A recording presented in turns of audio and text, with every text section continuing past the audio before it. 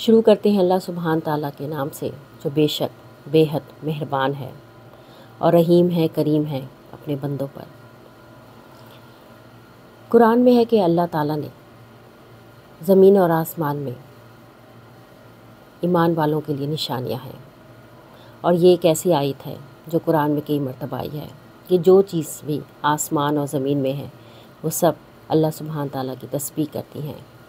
تو اس سے کیا نشانی سامنے آتی ہے؟ جب ہم کائنات کی ہر چیز کو دیکھتے ہیں تو پتہ چلتا ہے کہ اللہ سبحانہ تعالیٰ نے ہر چیز کے ذمے کوئی نہ کوئی کام لگایا ہوا ہے، جیسے سورج، چاند، درخت، ہوا، پہاڑ وغیرہ۔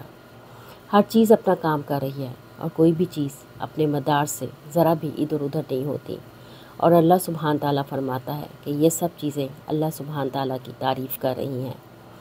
انسان کو یہ سب کچھ دیکھ کر سمجھ جانا چاہیے کہ وہ بھی انہی چیزوں کی طرح اللہ سبحانہ تعالیٰ کی ایک مخلوق ہے، تو پھر اس کے پاس کیا بہانہ ہے کہ وہ اللہ کی تسبیح نہ کرے؟ کوئی بھی چیز اللہ کے آگے چو بھی نہیں کرتی، تو پھر انسان میں کیا خاصیت ہے کہ اس سے الگ طرح کا رویہ بڑھتا جائے؟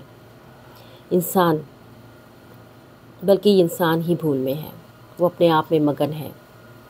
ہر شے اللہ کی تسبیح کر رہی ہے کیونکہ وہ اللہ کو پہچانتی ہے، لیکن انسان صرف اپنے آپ میں گم ہے، اپنے آپ میں مگن ہے، کیونکہ وہ ایک بلبلے میں جی رہا ہے جس میں اس کے پاس آزادی ہے، اختیار ہے، اور یہ بلبلا ایک دن پھٹ جائے گا، اور اس دن وہ بھی اسی طرح اللہ کو پہچان جائے گا جس طرح باقی ہر شے پہچانتی ہے۔ سارا اختیار صرف اللہ سبحانہ تعالیٰ کے پاس ہے۔ قرآن کہتا ہے کہ یہ دنیا تو کچھ بھی نہیں ہے، صرف دھوکے کا سامان ہے۔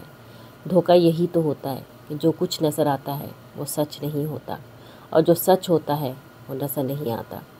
اللہ سبحانہ تعالیٰ چاہتا ہے کہ ہم انسان اس بلبلے میں رہتے ہوئے سچ کو پہچانیں، کیونکہ جب یہ بلبلا پھٹے گا حقیقت کو سامنے آ ہی جائے گی، لیکن انسان کو اس دن سچ پہچاننا فائدہ نہ دے گا۔ اللہ سبحانہ تعالیٰ سے دعا ہے کہ اس دنیا میں ہمیں اپنی معرفت عطا فرمائے، اپنی پہچان عطا فرمائے، اور اس پہچان کے ساتھ اور صحیح معنوں میں اس کی تسبیح کرنے کا حق عطا فرمائے۔ یا رب العالمین، سبحان ربک، سبحان ربی العظیم، سبحان اللہ و بحمدک، لا الہ الا اللہ وحدہ لا شریک لہ، لہ الملک و لہ الحمد وہو علی کل شیء قدیر۔